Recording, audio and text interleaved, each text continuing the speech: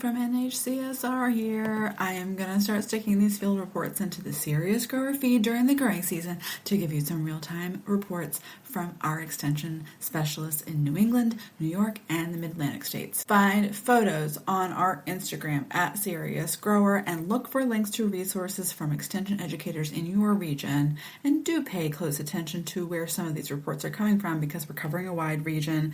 And please reach out if you need help connecting with your local extension specialist wherever you are. We will get you hooked up with the right expert. Each of these field reports will start out with the most time-sensitive reports from what folks are seeing out in commercial vegetable farms, and then I'll dive into something a little bit deeper. I will take care to specify when I'm talking about tunnel-grown crops, but otherwise assume I'm talking about open culture. All right, top-line reports from May 20th, 2026.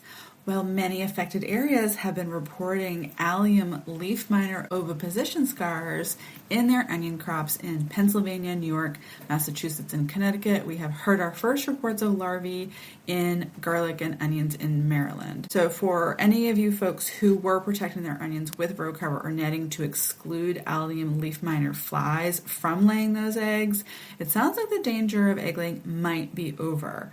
However, weigh your risk of alium leafminer or other flying insects like maybe thrips versus increased humidity that might exacerbate disease, particularly if you have a history of botrytis or downy mildew in that field. It might make sense to take those row covers off earlier. For many areas, we're coming into the time of year where you should start scouting in those onions for thrips. I put a few extension resources in the show notes on tips on how to scout for onions and thrips, including a very cool video. Northern areas are continuing to see leek moth activity, specifically in New York, as well as a report of the first adult activity in New Hampshire this year. Well, we are hearing reports of brassica pests showing up as expected in Maryland and Maine. Several areas are asking, where are their flea beetles? Where are their imported cabbage worms? Please sound off in the comments if you are wondering the same thing because experts are scratching their heads. Localized epizootics can sometimes explain situations like this.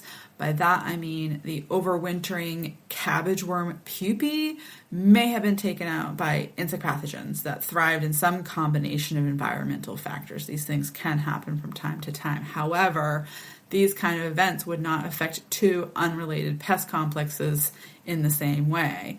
So, what's going on?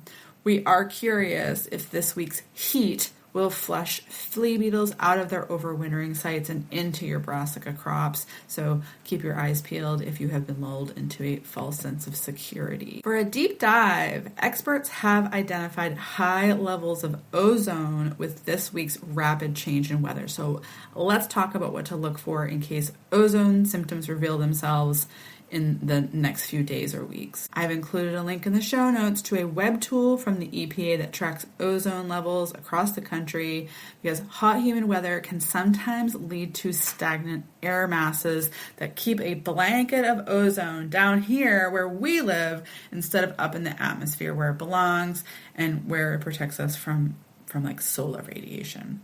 It is a pollutant when it's down here that can exacerbate respiratory problems in people. It can also cause damage to plants.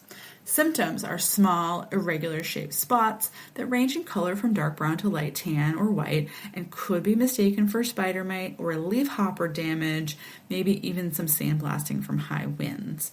It sounds like the most susceptible vegetable crops are squashes, melons, and beans, but you certainly could see this kind of damage on broccoli, onion, potato, radish, spinach, sweet corn, tomato. Newly mature leaves might be more susceptible than brand new or old leaves, but take a look at some of the photos in the resources I'm leaving in the show notes to see if that maybe could explain the little weirdsies that you're seeing out in the field in the next few days. I will leave it there for now. Thank you so much. Let me know what you'd like to hear more about, and thank you for listening.